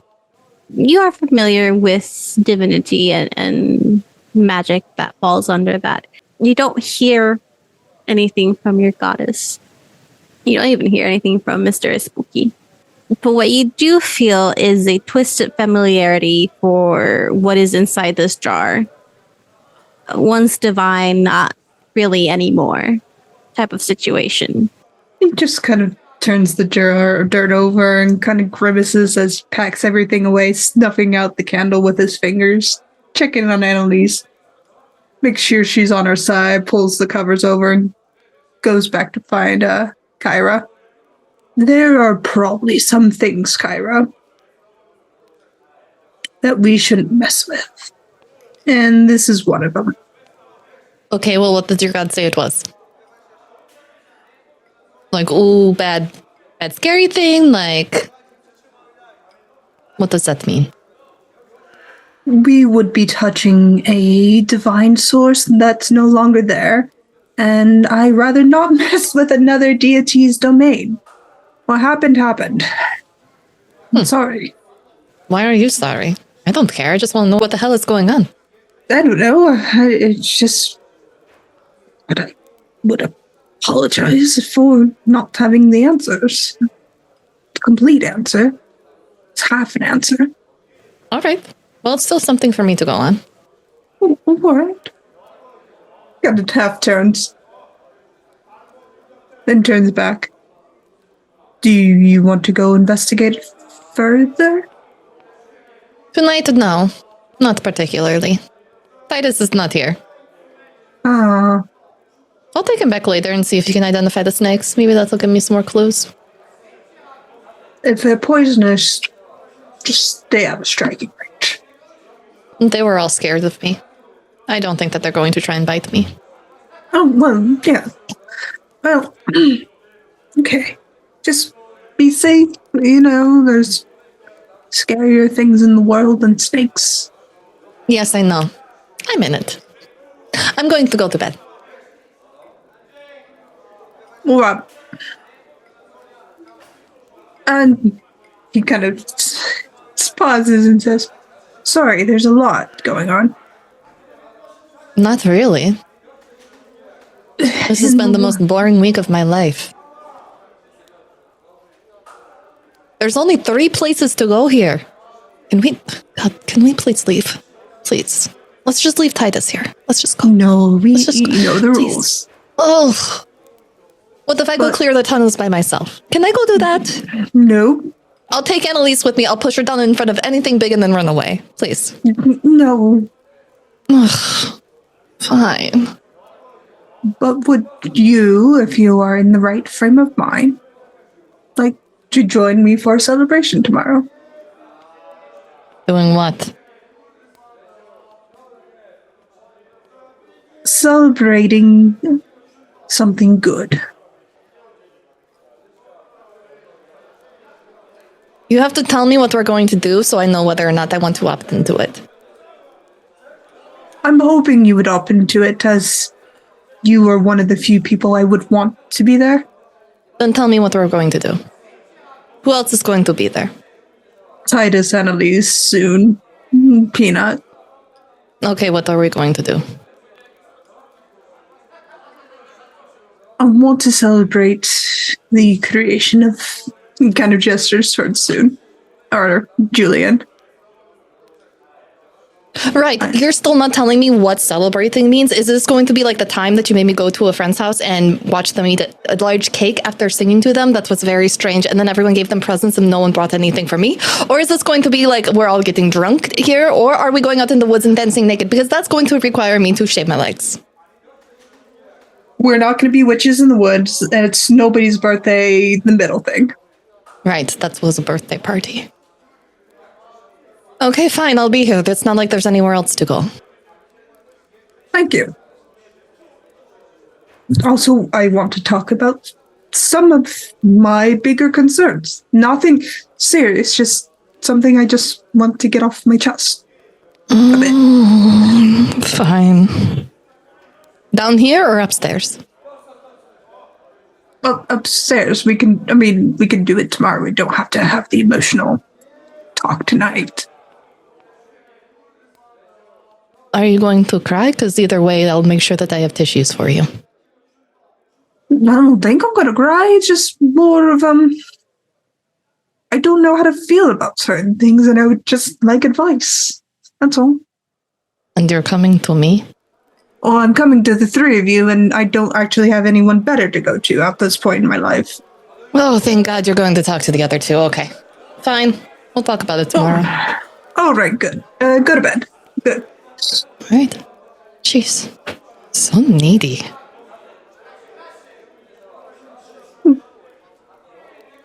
He stands there for a moment, picks up Soon, puts him down, looks to Darla. Do you want him for the rest of the night? Sure. Cool. I'm going to bed. As the night passes with your various activities, whether it is falling unconscious, drunk, or working on more of your projects, or going up the stairs annoyed at Anthony, or spending the night with a very strong female dwarf, the night passes. And it isn't until the next day that you see a much bigger hustle and bustle in this small area, as the construction workers are working a little overtime. You see a small space that's being built, very temporary, next to where the bakery is, and you see some carts come in, finer looking the most the next day. The few people that are in this area are wondering what all this is about. Titus, why don't you make me a perception check? 20. What are your family colors? Red and gold for Titus's family, blue and silver for Julie's. These caravans that come in, bringing in material, some more plain looking, bringing in material, others much more elegant, bringing in people, it seems. You see familiar colors attached to them, some with accents of gold and red, dark browns, some with blues, and silvers. And there is a good crowd of people gathering at the side of the now almost the first floor is almost fully rebuilt for this it used to be bakery. Hurriedly, temporary walls and roofs have been put next to it. There's people coming out of these carts, attendants, handmaidens, the construction workers are there. There's someone kind of gathering everyone to step elsewhere to stop the work. And you see coming out of this carriage a figure. They're back facing the tavern. That is dressed in these deep dark purples, long black hair, as they are surveying the land that they've bought, the plot that they've bought. And you see this from the inn, as people are curiously looking at the windows as well. Titus, Yeah. is that her? Yeah. Are you sure you want to do this? Sure, I need to do this, no. But need to do this, yes. Purple's a bit much. I think she looks rather nice. It's flashy. It's not flashy. I wear purple all the time. Do you want me to go, arrange a talk? Or do you want to just barge in there? Hi, honey, I'm home. Sorry, I didn't kill you when I thought I did and I've been gone for so long. What are you thinking? I've got an idea. As you are all talking, you can continue this conversation, but as you're all talking, you see the figure move around and you get a full glimpse of her. And you see her in her robes, gloves on her hands, and you notice that her face is mainly unchanged with a little bit of age, except her left side is covered by a bit more of hair, and you can see burn scars picking out. If you all don't mind lurking in the shadows for a bit.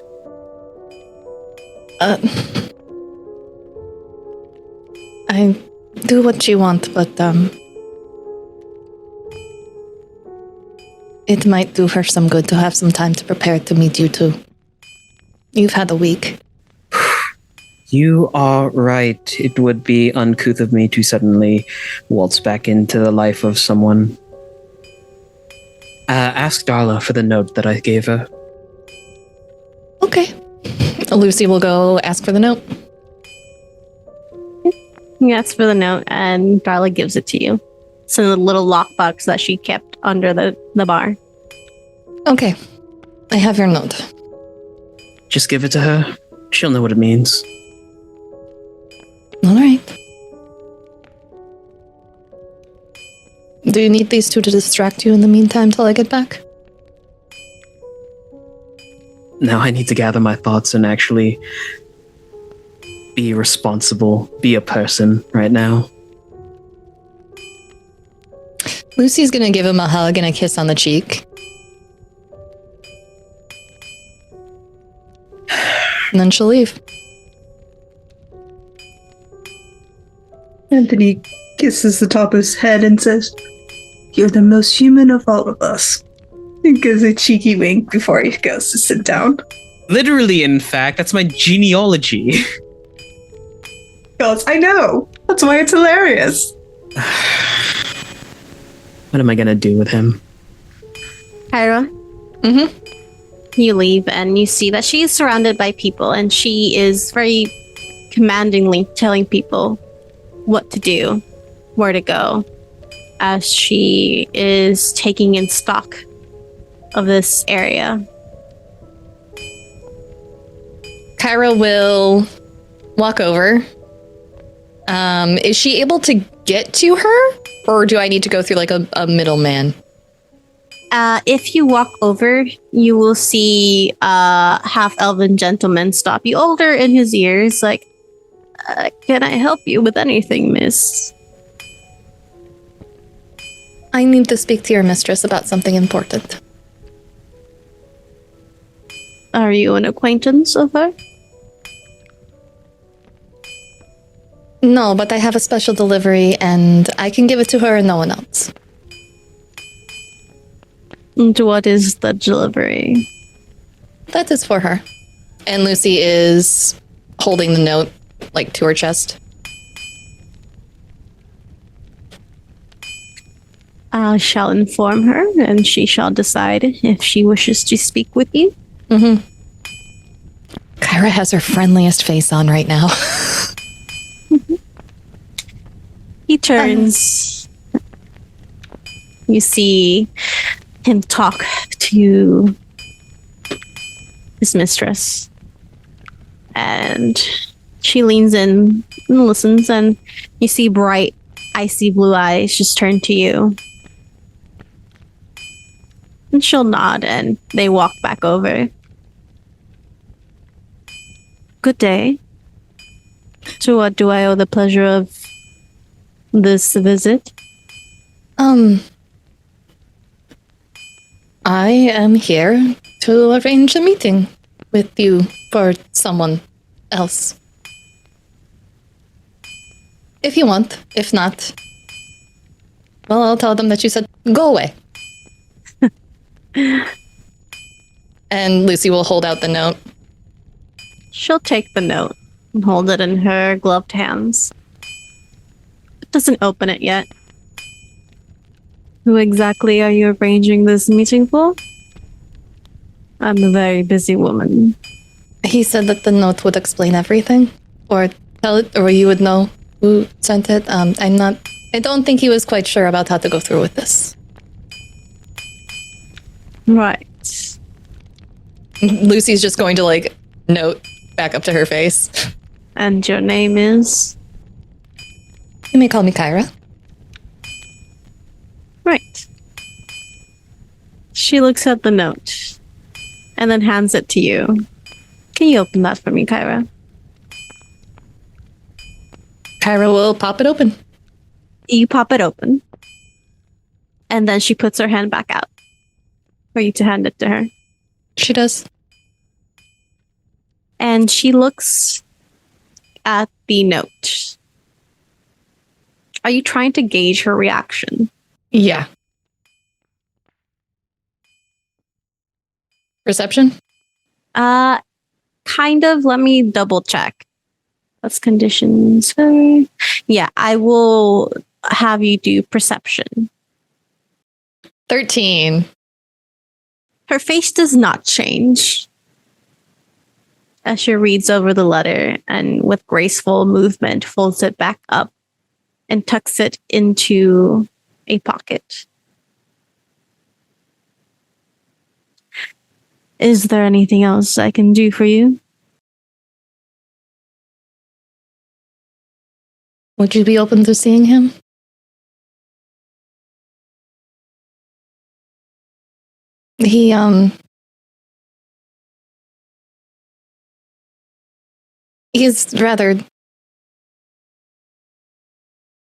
He's been beside himself ever since he found out you were still alive. He thought,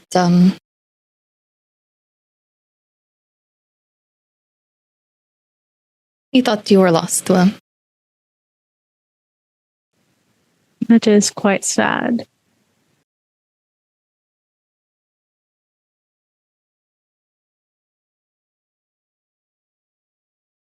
And she gives this sigh as her shoulders kind of move back and with this very intense look, just looks you up and down. And where exactly would he like to meet? Well, it seems like, you've got your hands full, dinner tonight in the tavern? That's much too public, dear. I mean, the tavern rooms aren't that comfortable, but that's about all there is. I'll meet him right here. As I do have to go over the construction of my new property, you can tell him to meet me here tonight. Dinner time. All right. Is that all? Yes. Also, I really love your shoes. Okay, now that's all. I'm going to go. All right. And she turns around and moves back to where she was before. Lucy will head back into the tavern. Titus has been at the window watching this exchange between Kyra and Julie, and he's just biting at his nails. Dinner tonight over there, and was she always so ice queenish? On the outside, yes. Okay. Mostly when doing business things. Well, then I can't tell whether or not she hates you or if she's excited to see you, because she was kind of a witch with a capital B. I will err on the side of caution then. Good luck. If you die, can I have your stuff? I bequeath Titus Valentine, Monsieur Leroux, in good mind and good body, am forming a verbal will that all my worldly possessions and assets go to Peanut. I, the former Loombarian Lord, approve this. Kind of hits his hand on the table. You're both the worst. Peanut, you're going to get a mansion. Peanut's just laying on the floor, just asleep, snoring. Attaboy. That's the right mindset. As we move back from the image of Peanut, receiving all these items in the will of others and sleeping and snoring and probably letting out a little fart as he sleeps. That's where we'll leave it off for today. Hey everyone, thank you for joining us for tonight's episode of Nexus Adventures. Don't forget to leave us a review on your podcast platform of choice. It really helps our show grow. Anthony was played by Jen. Annelisse was played by Robyn. Lucy was played by Sarah Roberts. Titus was played by RJ. Your GM tonight was Alyssa Vamp. Check out our show notes for cast info and links to the Hype Goblins affiliate sponsors. Codes provided will help further support the show as we purchase new Pathfinder content for the GM and cast. If you'd like to join us for our Patreon-only after show, visit patreon.com/thehypegoblin.